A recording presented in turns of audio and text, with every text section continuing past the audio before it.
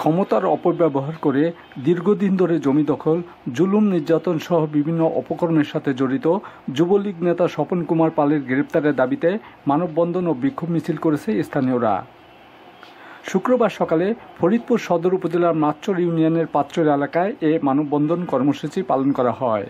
মানববন্ধন চলাকালে স্থানীয়রা অভিযোগ করে বলেন, ক্ষমতার অপব্যবহার করে জেলা যুবলীগের সাবেক যুগ্ম আহ্বায়ক স্বপন কুমার পাল নিরীহ ব্যক্তিদের জমি দখল করে ইটভাটা নির্মাণ, জোরপূর্বক জমি দখল, বিভিন্ন জনকে মিথ্যা মামলা দিয়ে হয়রানি, চাঁদাবাজি সহ নানা অপকর্ম করেছেন।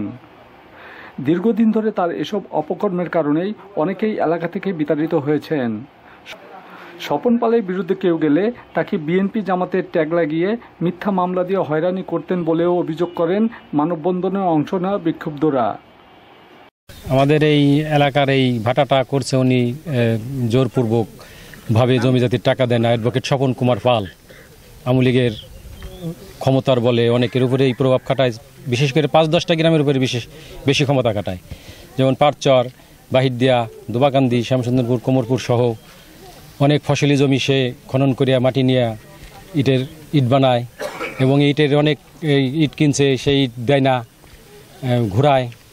আবার অনেক লেবারও অনেক জায়গা থেকে আসে, তাদের টাকা পয়সা দেয় না। অনেক লেবার আমাদের কাছে বলছে যে আমাদের টাকা পয়সা না, আমরা এটা দেখেন। স্বপন পাল এই পাটচর হিন্দু লোক, কিন্তু উনি ওই দলের ক্ষমতার বলে উনি অনেক লোকের টাকা পয়সা দেয় না। বিদেশ থেকে লোকজন এসে কাজ করে, তাদের টাকা দেয় না। কিছু জমি আছে, জমির টাকা পয়সা লিজ নিয়ে মাটি খনন করে তাদেরও মানে অত্যাচার, টাকা পয়সা তো দেয়ই না, মানে আর বরঞ্চ তাদের গালিগালাজ মারাধরি এ পর্যন্ত করে। 8 বছর চাকরি করছে, আমার 3.5 লাখের উপরে টাকা এখনো দেয় নাই। সে অনেকবার সালিশ বিচার করছে, আমার টাকা দেয় নাই, আর হুমকি দিছে, পুলিশের ভয় দেখাইছে, মেলা কিছু বলছে। এলাকায় স্বপন পাল ভাটা করে, এই দুনিয়ার যত লোকজন আছে তাদের টাকা পয়সা, এই যে জমি জাতি, এদের টাকা পয়সা তো দেয়ই নেই, বরঞ্চ তাদের কাছে টাকা চাইতে গেলে পুলিশের ভয় দেখায়, পুলিশ দিয়ে হয়রানি করতো। একটা লোক এখানে বাড়ি করছে, 22 শতাংশ জায়গা বাউন্ডারি করছে, বাউন্ডারি তার বেকুদে বাউন্ডারি ভেঙে দিয়া বাড়ি করছে, বাড়ি ভেঙে দিয়া মাটি ফেলায় জায়গা ভরট করে ফেলাইছে, ভরট করে সে বাটা করছে। সে বিচারা কয়েক তুমি ইসে যাও, কোর্টে যাও, কোর্টে যায় আমার বিরুদ্ধে ব্যবস্থা নাও। তার বাইঙ্গে ঘুরেই দিছে, সেই মহিলা চিকের বেড়া কান্দে, এখনও সে বাড়ি করতে পারে, নদী ভাঙা লোক। আমার একটা জমি আছে এই পাশে, সেই জমিটা হইল একটা বড় দাগ, সেই দাগের থেকে সে একটা সীমানা প্লার করে নিজে। স্বপন পাল তার এই জায়গায় ভাটা থাকা অবস্থায় সে ওখান থেকে মাটি কেটে আমার 12 শতাংশ 30-35 ফিট গর্ত করে 12 শতাংশ জমির মাটি নিয়ে গেছে। এবং বর্তমান যেখানে দখলে আছে সেখানে দেখা গেছে এক পাশে 32 ফিট, এক পাশে 40 ফিট, লম্বায় 50 ফিট।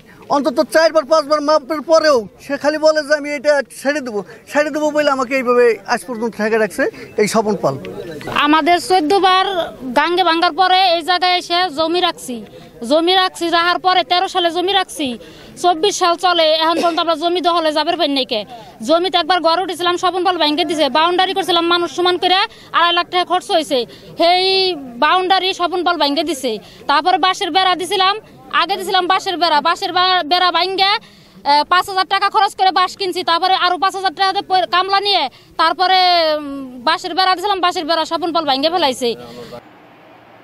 মানববন্ধন শেষে ভুক্তভোগী এলাকাবাসী একটি বিক্ষোভ মিছিল বের করে মিছিল থেকে স্বপন কুমার পালকে গ্রেপ্তার করে দৃষ্টান্তমূলক শাস্তির দাবি জানানো হয়।